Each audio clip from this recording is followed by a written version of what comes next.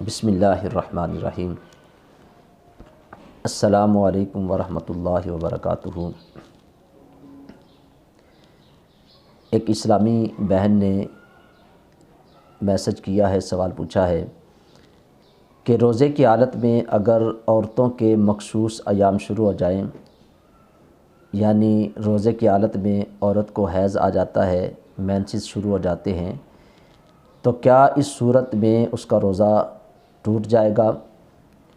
اور پھر انہوں نے یہ بھی سوال کیا کہ کسی اسلامی بہن نے کہا ہے کہ اگر زوال سے پہلے پہلے مخصوص ایام شروع ہو جاتے ہیں، یعنی 12 بجے سے پہلے پہلے تو روزہ ٹوٹ جاتا ہے، اور اگر 12 بجے کے بعد حیض شروع ہوتا ہے تو اس صورت میں روزہ نہیں ٹوٹتا۔ اس میں شرعی حکم کیا ہے یہ بتا دیں۔ یہ ایک بڑا ہی اہم مسئلہ ہے، ہماری اسلامی بہنوں کو اس کو سمجھنا چاہیے۔ یہ جو مخصوص ایام عورتوں کو آ جاتے ہیں، شروع ہو جاتے ہیں، حیض آ جاتا ہے، تو حیض جب بھی شروع ہوتا ہے وہ 12 بجے سے پہلے شروع ہو یا 12 بجے کے بعد شروع ہو، یا افطاری سے 5 منٹ پہلے ہی کیوں نہ شروع ہو، تو جس وقت حیض شروع ہوتا ہے تو اسی وقت اس عورت کا روزہ ٹوٹ جاتا ہے۔ ہاں، اس عورت کو جو اس نے روزہ رکھا تھا، یعنی جتنی دیر تک اس نے روزہ پورا کیا، اتنا ثواب اجر اللہ کی بارگاہ سے ملے گا، لیکن حیض آنے سے اس کا روزہ ختم ہو گیا، ٹوٹ گیا ہے۔ وہ 12 بجے سے پہلے آیا ہے یا 12 بجے کے بعد آیا یا افطاری سے پہلے آیا ہے۔ اب وہ عورت اس روزے کی ماہ رمضان کے بعد قضا کرے گی۔ اب جب روزہ ٹوٹ جاتا ہے، ختم ہو جاتا ہے، تو اس کے بعد عورتیں کیا کھا پی سکتی ہیں؟ بالکل وہ کھا پی سکتی ہیں، لیکن وہ اس انداز میں کھائیں گی کہ چھپ کے کھائیں گی۔ جس طرح ہم جب روزہ نہیں ہوتا تو اس وقت سر عام کھاتے ہیں، اس طرح ہم نہیں کھائیں گی۔ وہ عورتیں جو ہیں وہ چھپ کے کھا پی سکتی ہیں۔ اب اس میں ایک سمجھنے والی بات ہے، وہ یہ ہے کہ ایک عورت نے روزہ رکھا، نفلی روزہ رکھا، نفلی روزے کے اندر حیض شروع ہو جاتا ہے، تو جس وقت حیض شروع ہوتا ہے تو اسی وقت اس کا روزہ ٹوٹ جاتا ہے۔ اب وہ عورت کھا بھی سکتی ہے، پی بھی سکتی ہے، لیکن اگر کوئی عورت جو ہے وہ ماہ رمضان کا روزہ رکھتی ہے اور ماہ رمضان کے اندر مخصوص ایام شروع ہو جاتے ہیں، تو اس صورت میں فقہاء نے لکھا ہے کہ اس کا روزہ تو اسی وقت ٹوٹ گیا۔ وہ کھا پی سکتی ہے، یعنی کھائے گی پیے گی لیکن چھپ کے وہ کھا پی سکتی ہے۔ اب جو سمجھنے والی بات ہے وہ یہ ہے کہ وہ عورت ماہ رمضان کے اندر ہی اس کے مخصوص ایام ختم ہو جاتے ہیں، پاک ہو جاتی ہے، وہ عورت غسل کر لیتی ہے۔ مثال کے طور پہ ظہر کے وقت اس نے غسل کر لیا، پاک ہو گئی۔ اب ظہر سے لے کے افطاری تک کا جو وقت ہے، تو اس میں فقہاء نے لکھا ہے کہ وہ عورت کچھ نہ کھائے، کچھ نہ پیے۔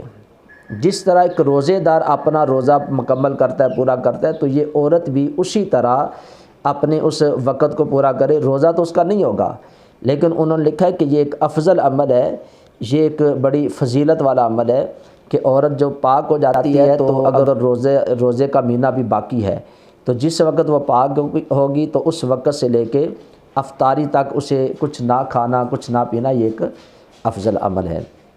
اب یہ بھی سوال اکثر بہنیں پوچھتی رہتی ہیں کہ جب مخصوص ایام شروع ہو جاتے ہیں تو اس وقت ہم کون سی عبادت کر سکتی ہیں؟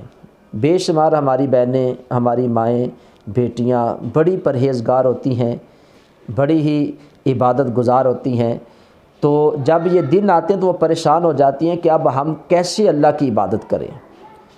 تو کیا کر سکتی ہیں؟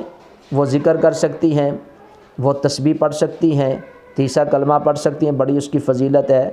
وہ پہلا کلمہ پڑھ سکتی ہیں، بڑی فضیلت ہے۔ کثرت کے ساتھ نبی پاک صلی اللہ علیہ وسلم کی ذات پاک پر درودوں کے نذرانے بیچ سکتی ہیں۔ تو یہ سارے عمل وہ کر سکتی ہیں، اذان کا جواب دے سکتی ہیں۔ حیض کی حالت میں عورت نماز نہیں پڑھ سکتی، کیونکہ اسے نماز کی اللہ کی طرف سے معافی ہے۔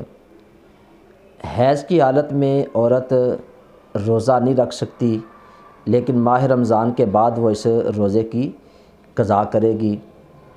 حیض کی حالت میں عورت قرآن پاک کی تلاوت نہیں کر سکتی، اس کے علاوہ وہ ذکر کر سکتی ہے، اس کے علاوہ تسبیحات پڑھ سکتی ہے، پہلا کلمہ پڑھ سکتی ہے، تیسرا کلمہ پڑھ سکتی ہے، اذان کا جواب دے سکتی ہے، نبی پاک صلی اللہ علیہ وسلم پر درود بھیج سکتی ہے، کثرت کے ساتھ استغفار کر سکتی ہے۔ یہ ساری چیزیں وہ ان ایام کے اندر عورت کر سکتی ہے۔ تو یہ ایک مسئلہ تھا، شرعی مسئلہ تھا جو میں نے آپ تک پہنچا دیا ہے۔ مجھے امید ہے کہ بہنوں کو اس بات کی سمجھ آ گئی ہوگی، کیونکہ ماہ رمضان المبارک چل رہا ہے۔ اکثر میری مائیں بہنیں اس وجہ سے پریشان ہو جاتی ہیں، مسئلے کا پتہ نہیں ہوتا۔ تو یہ میں نے اب تک میسج پہنچا دیا ہے، تو میں تمام ساتھیوں سے گزارش کروں گا کہ اس میسج کو زیادہ سے زیادہ فارورڈ کریں، اپنے دوست احباب رشتہ داروں تک اس میسج کو پہنچائیں۔ یہ ایک شرعی مسئلہ ہے، اکثر ہماری مائیں بہنیں اس مسئلے کو نہیں جانتی، نہ جاننے کی وجہ سے وہ پریشان ہوتی ہیں۔ تو آپ کے توسل سے، آپ کے وسیلے سے یہ میسج کسی تک بھی پہنچتا ہے اور اس کا وہ جو مسئلہ تھا ٹھیک ہو جاتا ہے۔ تو انشاءاللہ مجھے اللہ کی بارگاہ میں کامل امید ہے کہ اللہ تعالیٰ اس وجہ سے میری بھی اور آپ کی بھی بخشش فرما دے گا۔ تو اس کو آگے زیادہ سے زیادہ شیئر کریں۔ اللہ تعالیٰ ہم سب کو شرعی مسائل کو پڑھنے کی، سمجھنے کی، پھر اس پر عمل کرنے کی توفیق عطا فرمائے۔ اللہ تعالیٰ ہم سب کا حامی و ناصر ہو۔ السلام علیکم ورحمۃ اللہ وبرکاتہ۔